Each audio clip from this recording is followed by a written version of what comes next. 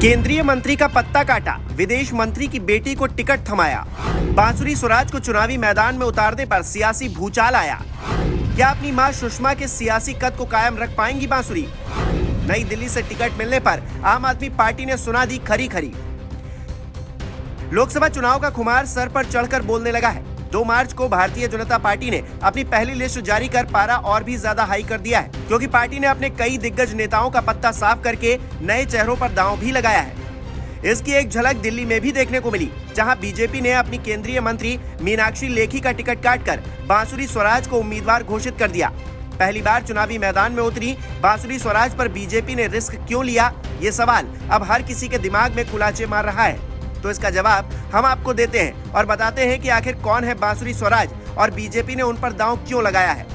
दरअसल बांसुरी स्वराज देश की पूर्व विदेश मंत्री रही, दिवंगत सुषमा स्वराज की बेटी हैं। पेशे से वकालत करने वाली बांसुरी का जन्म दिल्ली में 1882 में हुआ था। विदेश से पढ़ाई करने वाली बांसुरी स्वराज को 2007 में बार काउंसिल ऑफ दिल्ली के लिए नामांकित किया गया था। उन्हें कानूनी पेशे में करीब 1.5 दशक का अनुभव है। शिक्षा की बात की जाए तो बांसुरी ने वारविक यूनिवर्सिटी से इंग्लिश लिटरेचर में ग्रेजुएशन की पढ़ाई की है, जिसके बाद वो लंदन के फेमस BPP लॉ स्कूल गई, जहां उन्होंने कानून की पढ़ाई की। उन्होंने लॉ में बैरिस्टर के रूप में योग्यता हासिल कर रखी है।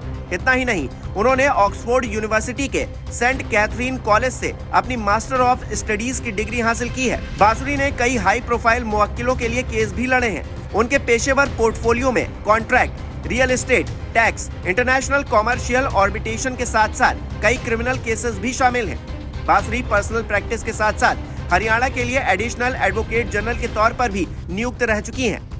इसके अलावा राजनीति की बात की जाए तो पिछले साल बांसुरी स्वराज को बीजेपी ने दिल्ली प्रदेश के विधि प्रकोष्ठ का प्रदेश सह संयोजक बनाया था, जिसके बाद अब उन्हें सीधे नई दिल्ली लोकसभा सीट से चुनावी मैदान में उतार दिया गया है। वहीं उम्मीदवार घोषित होने के बाद बांसुरी ने पीएम मोदी, गृह मंत्री अमित शाह, पार्टी अध्यक्ष JP नड्डा समेत हर एक बीजेपी कार्यकर्ता को धन्यवाद अदा किया है।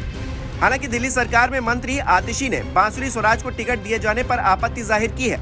उन्होंने कहा है कि नई दिल्ली से इस बार मीनाक्षी लेखी जी का नाम काटकर ऐसे प्रत्याशी को टिकट दिया गया है जो लगातार देश विरोधियों और लुटेरों के लिए कोर्ट में खड़ी रही हैं। बांसुरी स्वराज ने ललित मोदी को पासपोर्ट केस में डिफेंड किया, जिसके चलते वो देश छोड़कर फरार हो गया। मणिपुर में जब 2 महिलाओं को निर्वस्त्र करके परेड करवाई गई तो बांसुरी स्वराज केंद्र सरकार की तरफ से खड़ी रही। CGI ने जब चंडीगढ़ मेयर चुनाव को मर्डर ऑफ डेमोक्रेसी कहा तो बीजेपी से बांसुरी स्वराज ही खड़ी थी।